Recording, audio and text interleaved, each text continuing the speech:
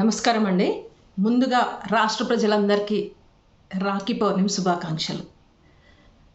రాఖీ పండగ అంటేనే సోదర సోదరీమణులందరికీ కూడా ఒకరికి ఒకరు రక్షణగా ఉంటాము అంటూ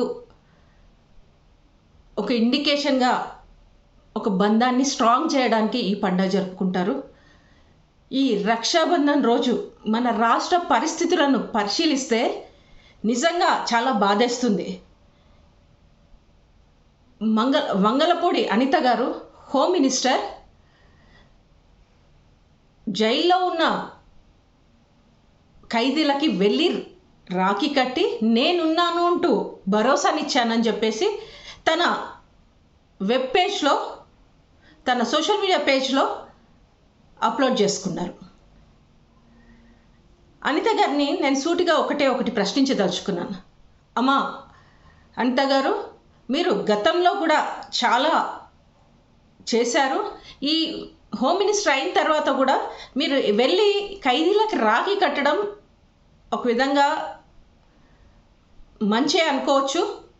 కానీ ఇది నిజమైన ప్రేమ అనుబంధాలతో చేస్తున్నావా లేక పబ్లిసిటీ కోసం చేస్తున్నావా అని నేను అడుగుతున్నాను.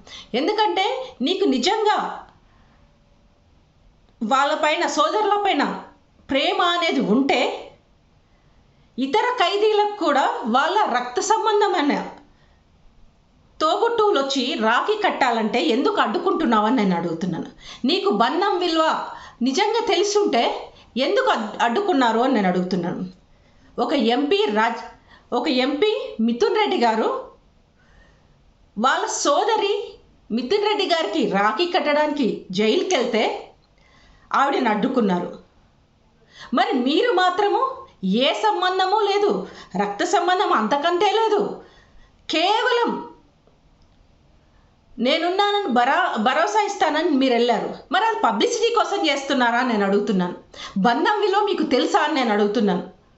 నిజంగా మీకు ప్రియమైన అన్నదమ్ములు ఎవరైనా ఉన్నారా అని నేను అడుగుతున్నాను. ఉంటే వాళ్ళకు కూడా కట్టకున్నాను, ఖైదీలకే వెళ్ళి ఎందుకు కట్టావు అని నేను అడుగుతున్నాను. మీకొక న్యాయం, ఇతరులకు ఒక న్యాయమా అని నేను అడుగుతున్నాను.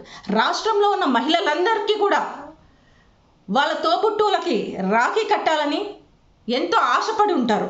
వాళ్ళ ఆశలను అడియాశలు చేస్తూ మిథున్ రెడ్డి గారి చెల్లె గౌరీ గారికి ఎందుకు కట్టనీయకుండా అక్కడి వరకు వెళ్ళిన తర్వాత, జైలు వరకు వెళ్ళిన తర్వాత కూడా పర్మిషన్ ఇవ్వకుండా ఎందుకు కక్ష సాధింపు చర్యలు చేస్తున్నారు అని నేను అడుగుతున్నాను. అంటే మీరు కూటమి ప్రభుత్వం వచ్చిన తర్వాత కక్ష సాధింపుల కేర్ ఆఫ్ అడ్రస్గా మారింది అనేదానికి ఇది ఒక పెద్ద నిదర్శనం. బంధాలకు, బంధుత్వాలకు ముఖ్యమైన పీఠం వేయడం వదిలేసి బంధాలకి పక్కన పెట్టేసి కేవలం పబ్లిసిటీ కోసం, ప్రజలను యామారించడం కోసం, ఓట్లను దండుకోవడం కోసం ఈ పబ్లిసిటీ స్టంట్లు ప్లే చేస్తున్నారు. తప్పితే మీకు నిజమైన రక్త సంబంధం కానీ, నిజమైన అనుబంధం కానీ ఉంటే ఈరోజు మిథున్ రెడ్డి గారి చెల్లెని ఖచ్చితంగా రాఖీ కట్టడానికి పర్మిషన్ ఇచ్చేవాళ్ళు. అన్నా చెల్లెల అనుబంధానికి ఒక నిదర్శనంగా మీరు వాళ్ళని ఉంచేవాళ్ళు. కానీ ఈరోజు వాళ్ళిద్దరిని విడగొట్టిన పాపం మీకు ఖచ్చితంగా జరుగుతుంది, ఖచ్చితంగా కలుగుతుంది కూడా. ఈ కూటమి ప్రభుత్వం అంటేనే only publicity care of address అనేది స్పష్టంగా అర్థమవుతుంది. ఈ కూటమి ప్రభుత్వం అంటేనే కక్ష సాధింపు చర్యలకు కేర్ ఆఫ్ అడ్రస్గా మారిందని అర్థమవుతుంది. ఈ కూటమి ప్రభుత్వం అంటేనే మహిళలను అడ్డుకునే ప్రభుత్వం అనేది స్పష్టంగా అర్థమవుతుంది. ఈ కూటమి ప్రభుత్వం అంటేనే మహిళలకు వంచన ప్రభుత్వం అనే అర్థమవుతుంది. ఈ కూటమి ప్రభుత్వం అంటేనే దిగజారు రాజకీయాల కేర్ ఆఫ్ అడ్రస్ అని అర్థమవుతుంది. ఈ కూటమి ప్రభుత్వం అంటేనే ప్రజలకు వ్యతిరేక ప్రభుత్వం అని స్పష్టంగా అర్థమవుతుంది.